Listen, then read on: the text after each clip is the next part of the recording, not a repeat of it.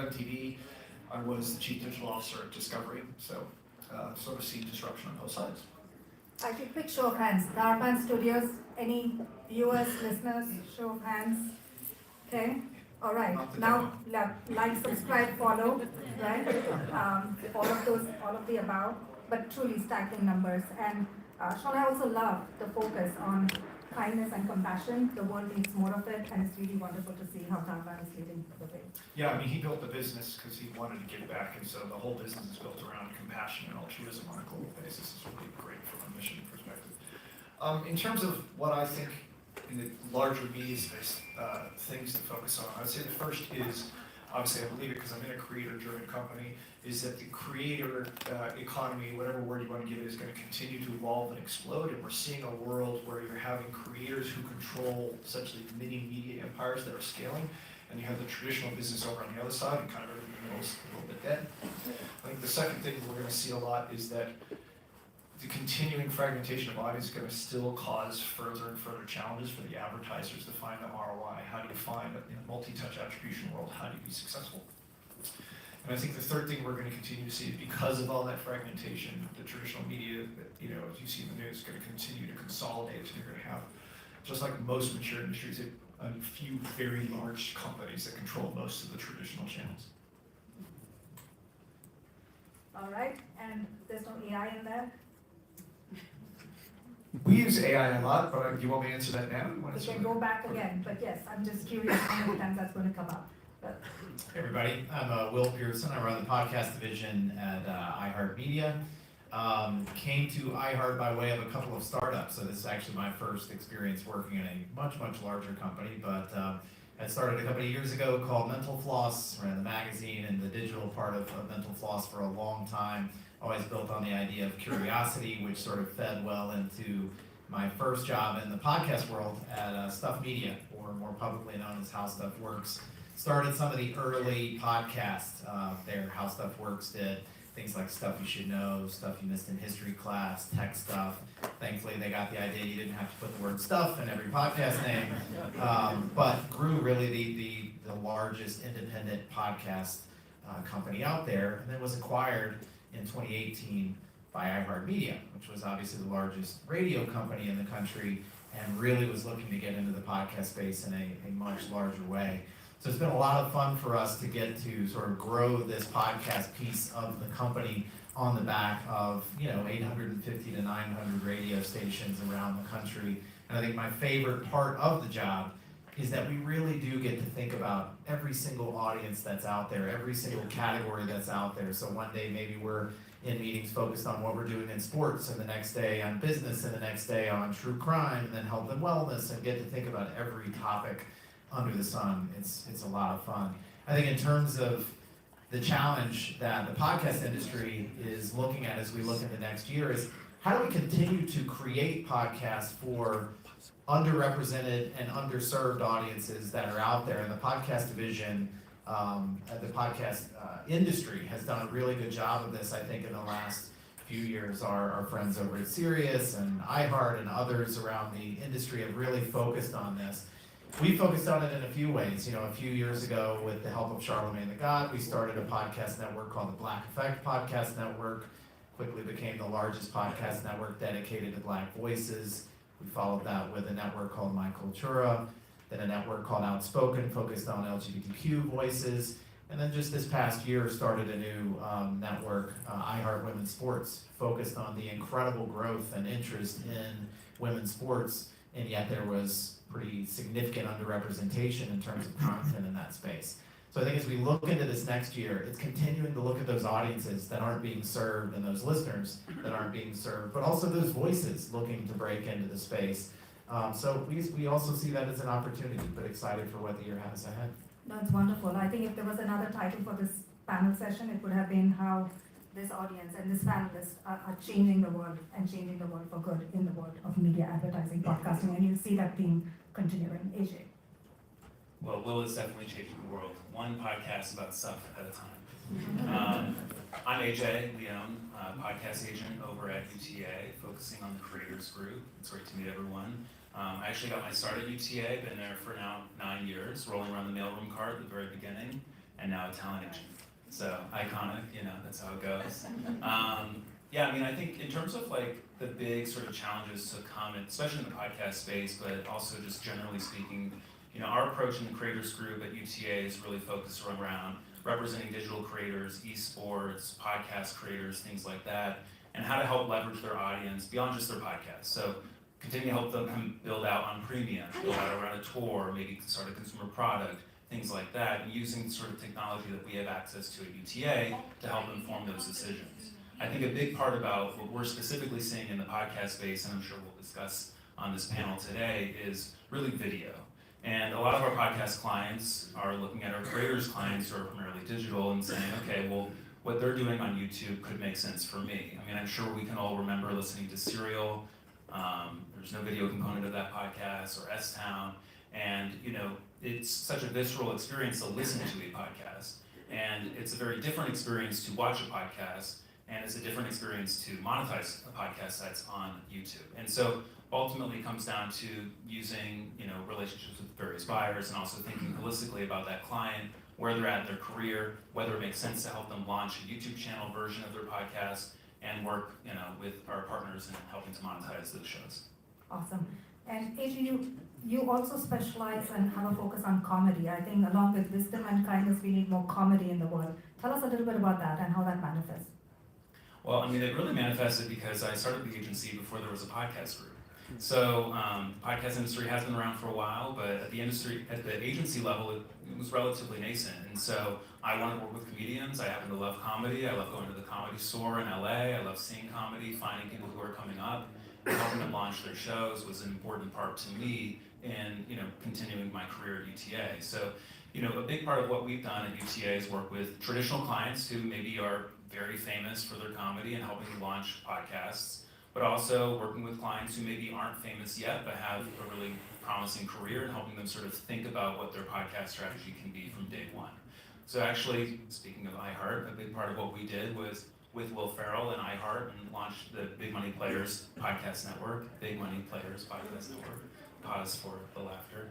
And a big part of that was like, Will Ferrell had obviously an amazing character in Ron Burgundy, and it's an iconic character in both films, and wanted to do something with that. And so rather than just launch an interview podcast for him, was launching a scripted improv character-based podcast and leveraging his audience and sort of building out a podcast network around him. And so with iHeart, we've helped sort of like establish both two things. One, pre-existing big shows like A Lost Called Teresa's with Bowen Yang and Matt Rogers, and then on the other side, helping to launch brand new shows like Links and Kerman, Vanessa Bayer, things like that. So it's been fun. It's great. I love comedy. I love listening to funny podcasts, and it's a great pastime.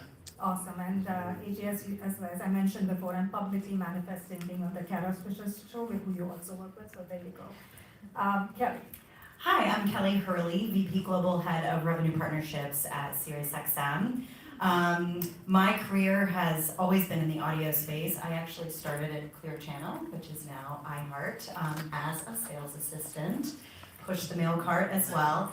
I've actually been in podcasting since 2009, and when I was an assistant, my other assistants in the bullpen decided that we should start a podcast. And we did, and we had a studio that Clear Channel let us use at the time, and we hired a producer, and we created this podcast through MySpace and a blog, because social media wasn't even really a thing then. So I got to experience podcasting kind of from behind the mic, and then in 2014, I went over to Cumulus Media, where I was promoted to run digital for the company, and at that time, the digital footprint was quite small. And I went to my boss at the time and I said, I want to get us into podcasting. And he said, it's not what I hired you to do. And I said, well, respectfully, I'm going to do it anyway. And I didn't know how I was going to do it, but I went out and started talking to creators. And I learned about their businesses. I learned about their passions. And, hot mic, sound like waves or something. And, it really became important to me to understand the diversity and mindset and backgrounds of creators to help them truly create partnerships in the monetization space that were going to be long-standing and beneficial to them. So I've come at this with a very unique perspective over the course of my career, and I think it's lended, me a lot of unique opportunity in terms of trust with creators. And then just 3 years ago, I had an opportunity to come to SiriusXM to build out a new division of the company called Revenue Partnerships. And my team works really closely with all of our podcast creators, and we do just that. We learn their business, we seek to understand how they want to partner with brands, how they want to execute on brand campaigns, and we work to bring them opportunities that are going to be long-standing, that are going to work efficiently and effectively within their content. And then we help educate them as well on the evolving space and technology and why we're asking them to do certain things. And we really find and see an exponential lift in revenue and investment from brands because we are bringing more authentic partnerships to the table, and they're working really well. So our team has become critical in terms of that relationship at SiriusXM. Trust is truly the biggest currency in this world. So we'll come back to that and talk more about that. Ashley. Hi everyone, welcome. Thank you for joining us and kicking off the week with us here at CES, and thank you to my colleagues up here. We saved the best for last, clearly. My name is Ashley Menschner. I'm the SVP of Media Strategy and Engagement at the Ad Council. Does anyone in here know what the Ad Council is? Hopefully. Amazing. So we are a nonprofit that has been addressing critical social issues for the last 8 decades or so. And so we really see ourselves as a convener in the industry across media, advertising, tech companies, and a place for people to come together to do good and really ultimately have the goal of creating a society where everyone can thrive. So we like to view ourselves as an accelerator for change, addressing, again, critical issues like mental health, gun violence prevention, substance use disorders, and we partner with pretty much everyone up on this panel. So we develop content, we think about how we show up in podcast spaces, and I think for us, given our longstanding history, what's really unique for us is how do we continuously evolve to bring these issues into new spaces? So how do you talk about mental health in immersive spaces? How do you show up in gaming and talk about gun violence prevention delicately and authentically? And so my role is to talk to our media partners and our brand partners to figure out how we do that. So I think I have the best job in the world. I was at HBO prior, launching HBO Go and kind of amid the digital disruption during the time, and really wanted to do something more meaningful and kind of work with my brand partners to drive meaningful change. So that took me to the Ad Council, and I was like, I have to work there. This is my dream job. So if you don't know who we are, please come talk to me after, because we should be working together. So let's double click on that one. What kind of brands or creators or who should come talk to you?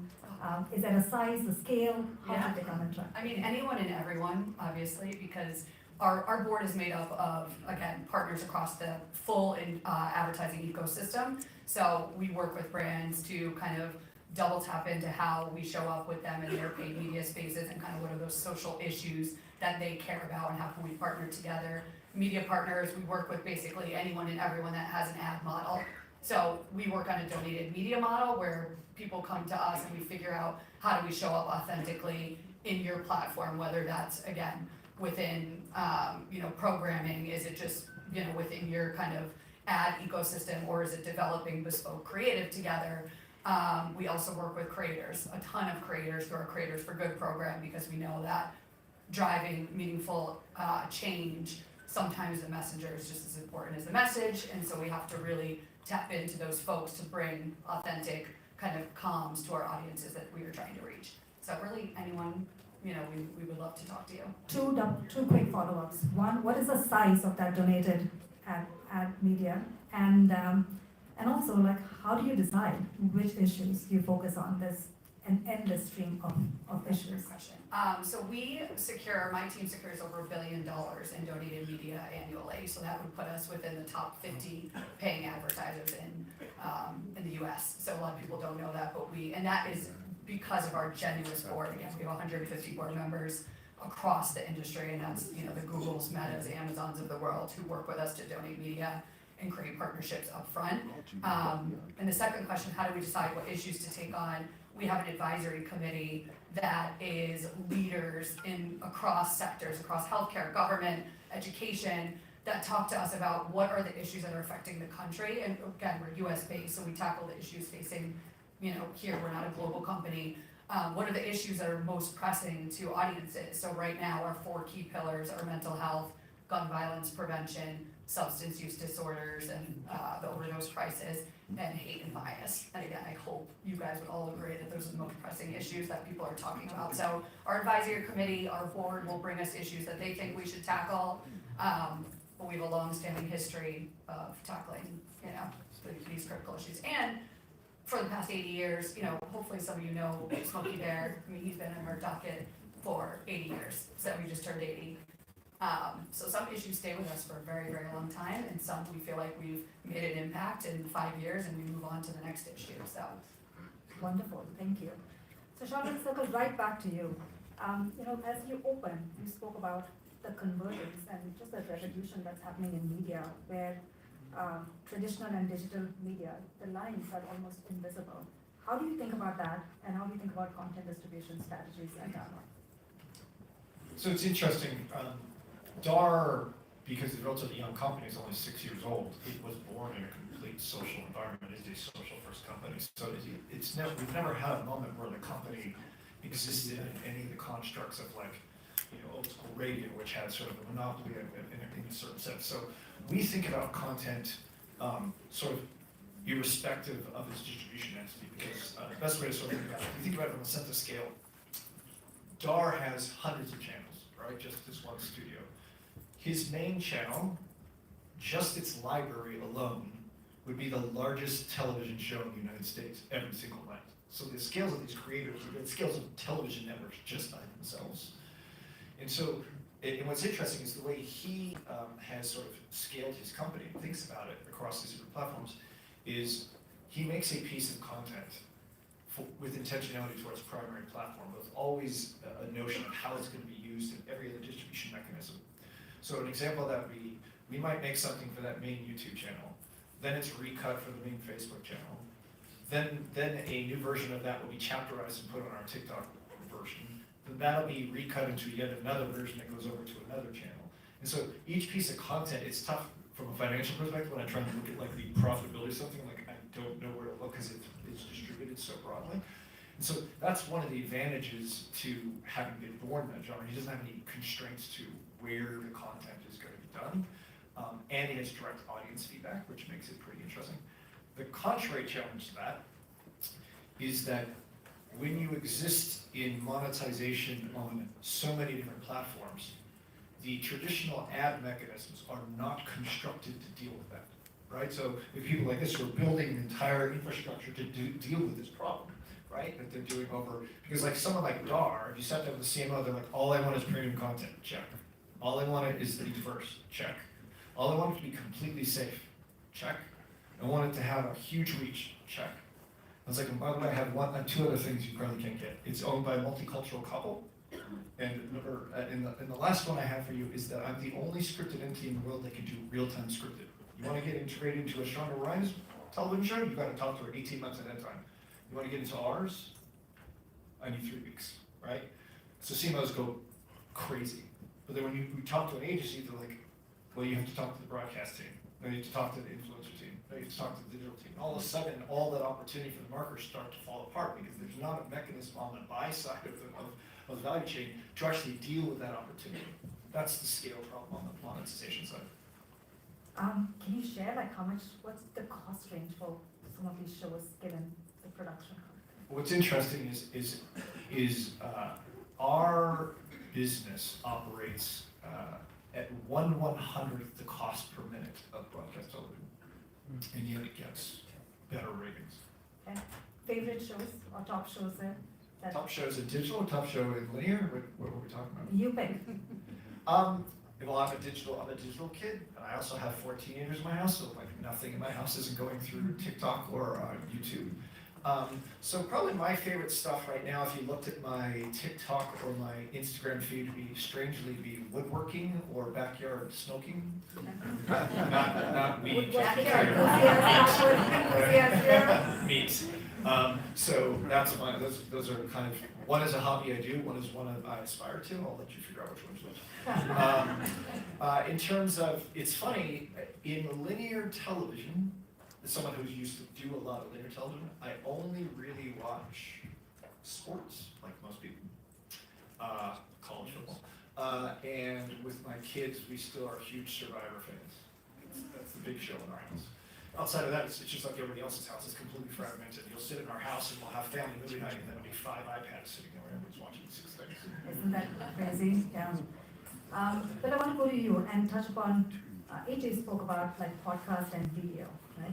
And so would love to hear from you. How are these different mediums manifesting themselves that way?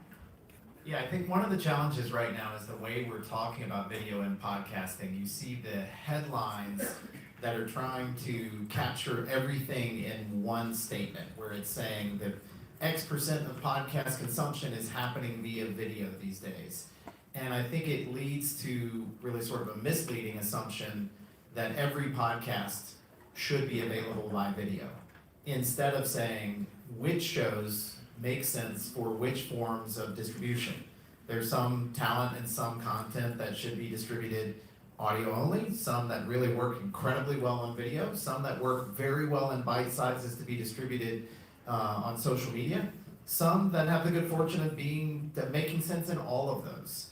But I think as we talk more and more about video, what we've really tried to help creators see is that it depends on, one, who they are, and two, what the content is. If somebody comes to us, AJ talked about big money players, and you get a creator like Nikki Glazer, who is part of the network, who did a fabulous job hosting the Golden Globes last night. But somebody like that who people are used to seeing her. People are used to seeing her deliver her content, so a lot of her fans may want to come and see her in video. That makes sense. Celebrities make sense.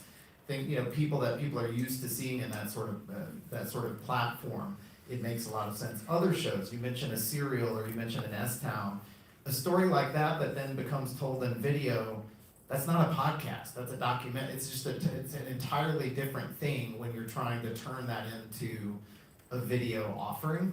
And so I think we really do have to think about what it means to have all of these. But for us, it's really exciting because it does give us another way to tap into specific audiences. And we don't see it as a cannibalization thing. We don't see it as, this audience is listening to audio now, but once we offer it as video for certain podcasts, then suddenly all of these people are going to move over there. I mean, of course you're going to have some percentage that may prefer that.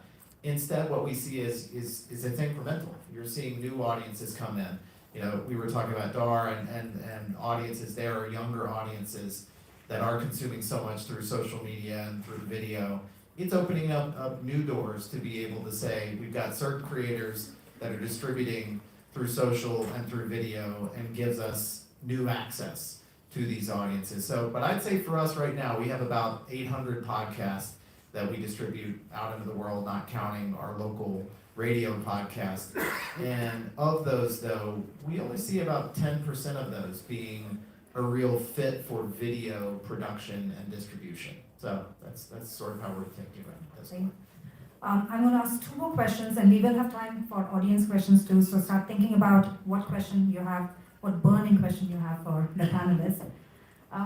AJ, as we are talking about all of the different cards, all of the pace of technology change, on one hand it's exciting, but on the other hand it can also be overwhelming. And as you work with creators, how are you trying to ease that burden that goes for creators?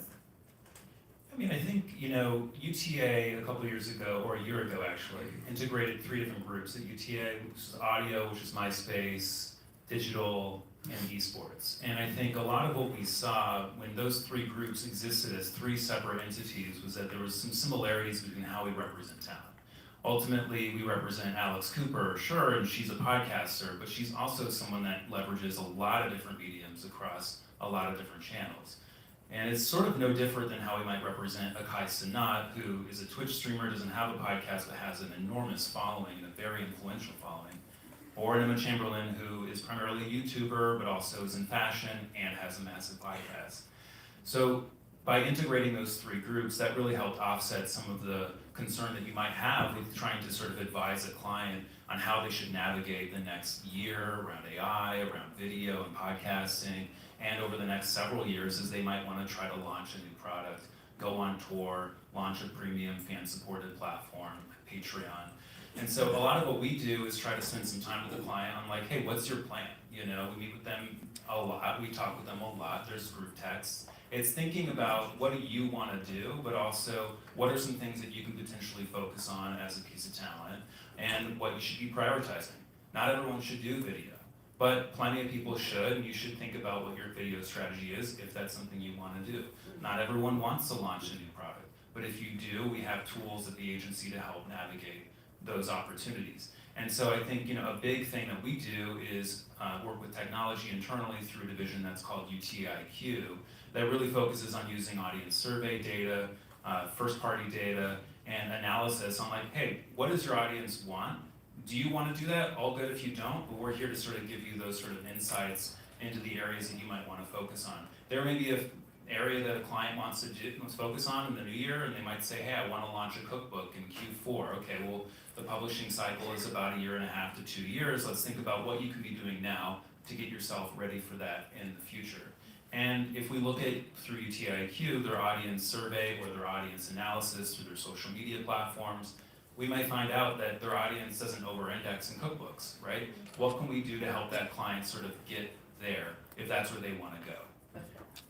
How much is content, how much is led by the creator wanting to do something, and how much is the audience like asking for it, and UTA is like, oh, we should do this? It's a combination of both. I mean, it kind of has to start with, you know, what the client wants to do ultimately, and if they want to write a cookbook, or if they want to be, by the way, I'm just going to keep going on the cookbook idea, but if they want to launch a television show in sort of the food space, you know, who are the right partners to partner them with, maybe we should develop that out, and more importantly, if there's an area that they want to focus on, what can we do to set them up for that? So maybe that's getting them on some food podcasts. Maybe that's, you know, helping them sort of get those stepping stones to.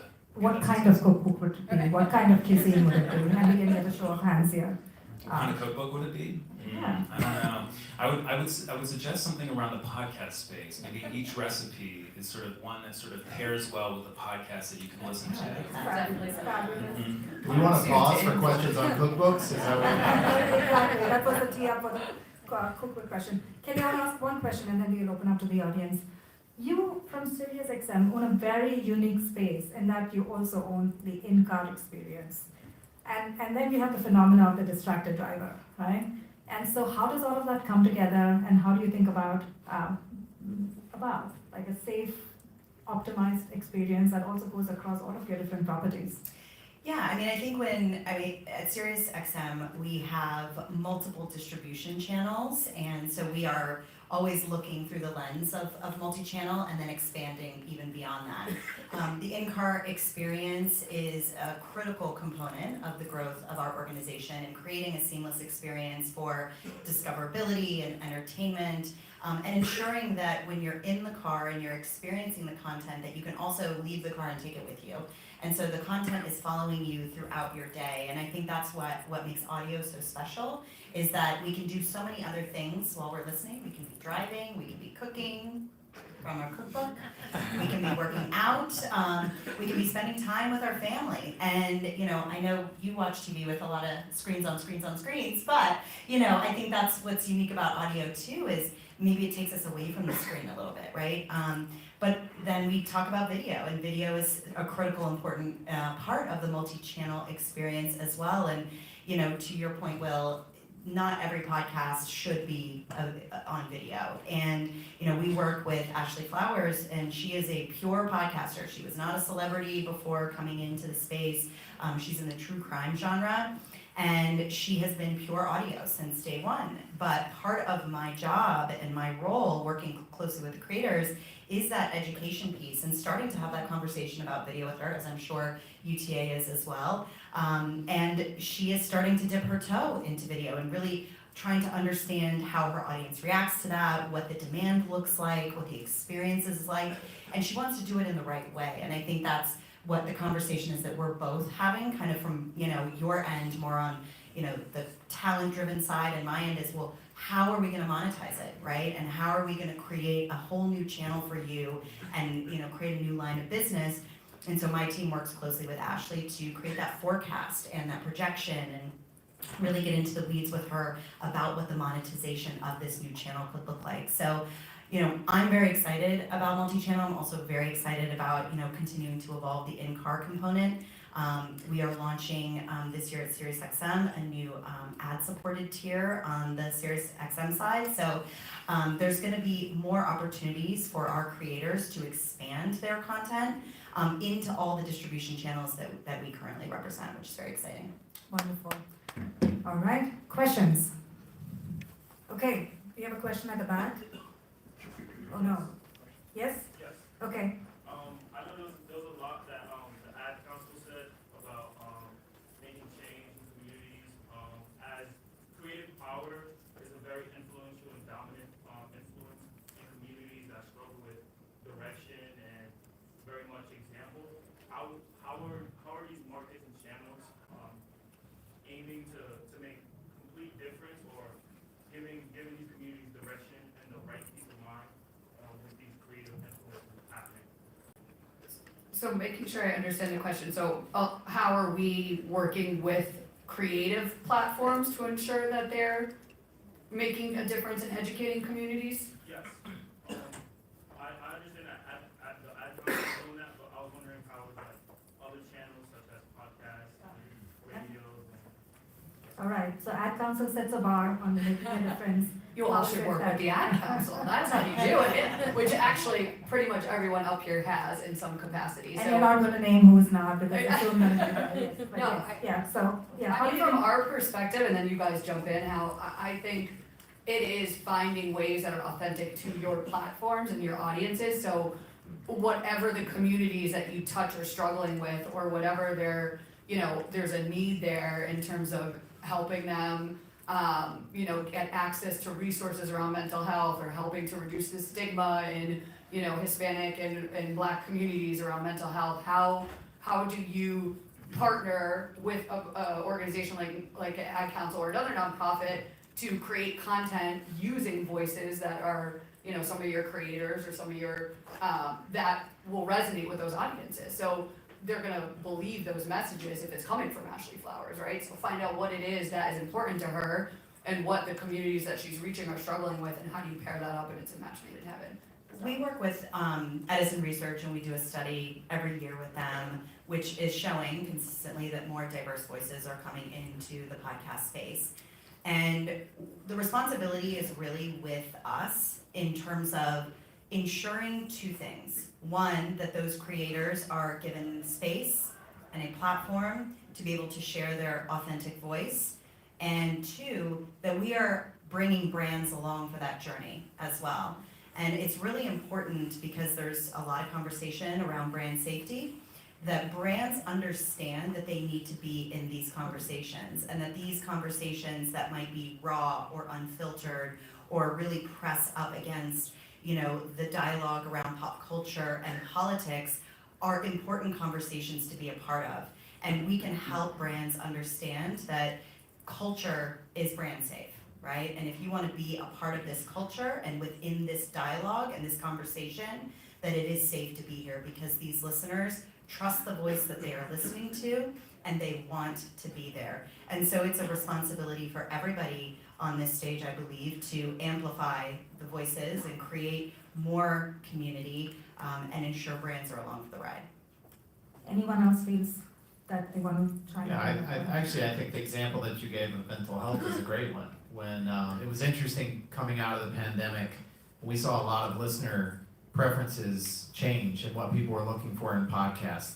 On the one hand, you had a lot of people that were looking to completely escape it, and were turning to things like comedy, and so that was interesting to see that happening. But on the other hand, you had populations that were looking to deal head on with some of the things that they were facing in life, and the mental health space in particular saw huge growth over the past 3-4 years, and specifically in communities that, you know, might not have had easy access to mental health resources. And a couple of the shows that we've seen just experience incredible growth. There's this fantastic show that Dr. Joy Harden Bradford puts out called Therapy for Black Girls, and it's fantastic. But shows like that, or Happiness Lab, and so many others in the space, the psychology of your 20s, that was started by a young woman in Australia that was a PhD student in psychology, started to really build this audience during that period of time as well. And we're reaching communities that may not have access to those things. When you think about a therapy session costing $200, $250, $300, an hour a session, not many people have that. And it's not going to replace it, but it is better than not having anything when you've got these credible voices coming into the space. But Kelly made a great point. It is our responsibility as a couple of huge media companies with the resources to be able to put these kinds of shows out and the access to audiences to make sure that they know that they're available. Part of what we were talking about at the top of this is knowing that we want to continue looking for those opportunities and audiences that aren't being served. So. I think too, allowing your creators to do what they like. I know Charlemagne is a huge mental health advocate, and he shows up very authentically on the issue, and we've worked with him.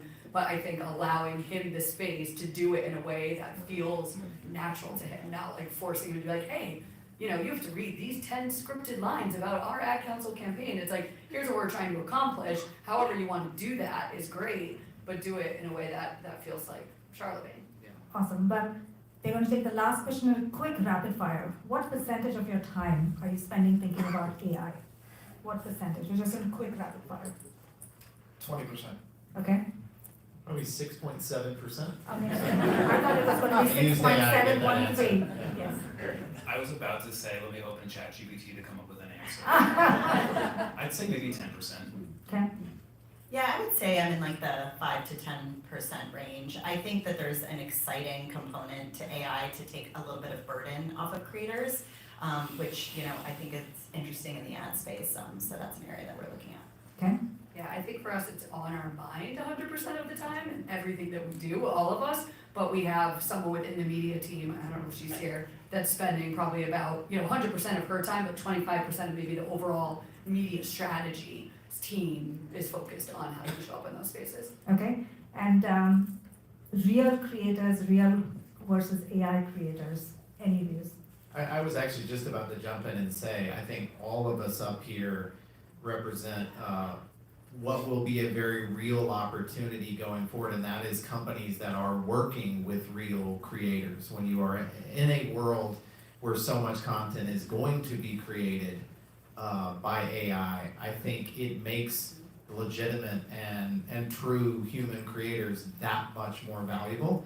I think AI will be incredibly valuable in so many ways for creators to be able to make either production easier or distribution easier or creation of different kinds of content easier. But at the end of the day, that human connection and that ability to know you're coming to a real creator is incredibly So important. up or down on AI creators, where there's no human there, there's an AI creator, an AI influencer. Sean, what do you think? You're going- Okay? Okay? I think you're gonna have both. Again, you have to answer these questions from a generational perspective, right? Yeah. I still remember when I started my career, I'm gonna get old here for a second, cable wasn't gonna do what cable did. Digital wasn't gonna do what digital did. But what happens is you have a generation that grows up, they get accustomed to it, then they have children, it becomes permanent, right? So the notion that having 17 streaming services is more efficient is a misnomer to any Gen X person. You walk into my house, they're like, why would you do it any other way? And so I think it's dangerous. I agree that I think that AI will make creators better. I think that's actually where I stand. But I do think it's a mistake to think that there's not going to be very large businesses built with artificial talent. And I think that talent will be known to be artificial, and they just will not care. Okay? All right. On that note, I know there are questions, but we're going to keep on time. Our panelists, if they will stay, She you just can wanted to ask. scare the shit out of you and be like, bye! Indeed. So, again, with great power comes great responsibility, and it's wonderful to see the panelists, the leaders on the stage, both acknowledge the power and exercise it with responsibility. So may we all dream outrageously and make our dreams come true. So thank you, everybody. And thank you.